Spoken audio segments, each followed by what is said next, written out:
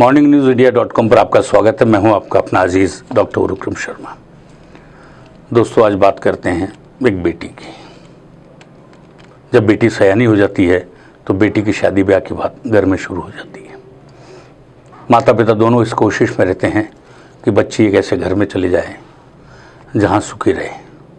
माँ बाप के लिए सबसे बड़ी खुशी भी यही होती है कि बच्ची को अच्छा ससुराल मिले, वो खुश रहे, वो सुखी रहे। बच्ची जिस तरीके से अपने माँ बाप का ध्यान रखती है, ये मान के चलिए उससे अलग होना बहुत मुश्किल काम होता है। लेकिन भारतीय परंपरा के अंदर बेटी को ससुराल जाना ही होता है।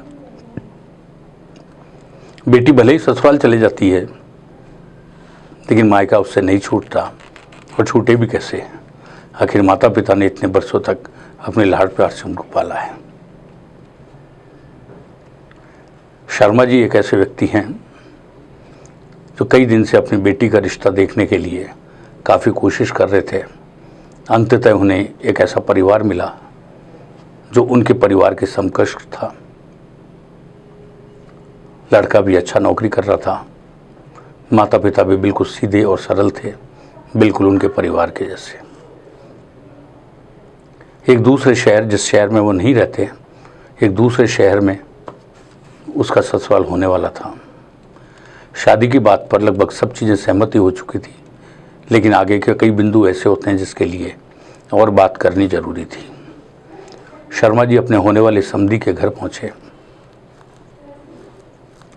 चूंकि शर्मा जी की डायबिटीज़ भी थी, बीपी की भी प्रॉब्लम भी थी। शर्मा जी की कुछ ऐसी आदतें थी, उनको बनाए रखते थे और स्वस्थ रहते थे। शर्मा जी जब बेटी के ससुराल पहुंचे, समधी समधन दोनों मिले, जमाई भी मिला होने वाला। बैठे, पानी का ऑफर हुआ, पानी पिया, बात चाय पर आके रुक गई। अब चाय की बात आई तो सबसे बड़ी चीज़ चाय फीकी या मीठी। इस सवाल पर शर्मा जी कुछ नहीं बोले और सिर्फ इतना सा कहा, कोई दिक्कत नहीं, मैं सब तरीके की चाय पी लेता हूँ। चाय आ गई, चाय बिल्कुल फीकी आई। शर्मा जी मन ही मन बड़े खुश हुए कि जैसा उन्हें चाहिए था वैसा मिल गया। चाय में अदरक भी थी, अदरक का स्वाद भी था, ठीक बिल्कुल वैसी चाय जैसी वो चाय अपने घर पे पीते थे। बातचीत का सिलसिला शुरू हुआ। दोपहर का समय आ गया, लंच की व्यवस्था हुई। लंच के अंदर खाने से पहले शर्मा जी नियमित रूप से सलाद खाया करते थे, डॉक्टर ने उन्हें बता रखा था। खाना बिल्कुल सादा खाते थे, मिर्च मसाले का उपयोग कम, तेल का उपयोग कम। खाना बिल्कुल वैसा का वैसा आया। रात को सोते समय उनको दूध पीने की आदत थी, उन्हें फीका दूध दिया गया, उसके अंदर इलायची डाली गई, बिल्कुल वैसा दूध जैसा वो रोज घर पे पीते थे।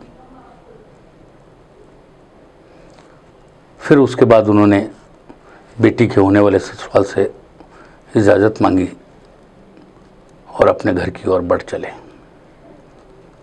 अगले दिन सुबह अपने घर पहुंच गए। वो घर पहुंचने के बाद में उन्होंने अपने परिवार से कोई ऐसी बात नहीं बताई, लेकिन फिर उन्होंने समधन जी को फ़ोन किया कि समधन जी, ये तो बताइए आपको मेरे सारे खाने का शेड्यूल, मेरी सब चीज़ों के बारे में कैसे पता चला।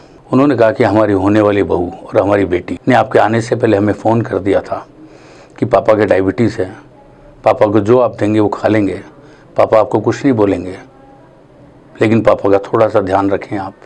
इस तरीके से उन्हें दूध देना है जिसमें चीनी नहीं हो, चाय भी वो फीकी लेंगे, उसके अलावा खाना भी बहुत सादा खाते हैं और सलाद भी पहले खाते हैं। अब शर्मा जी की आंखों से आंसू की धारा निकल गई और अपने रुआंसे होकर फूले।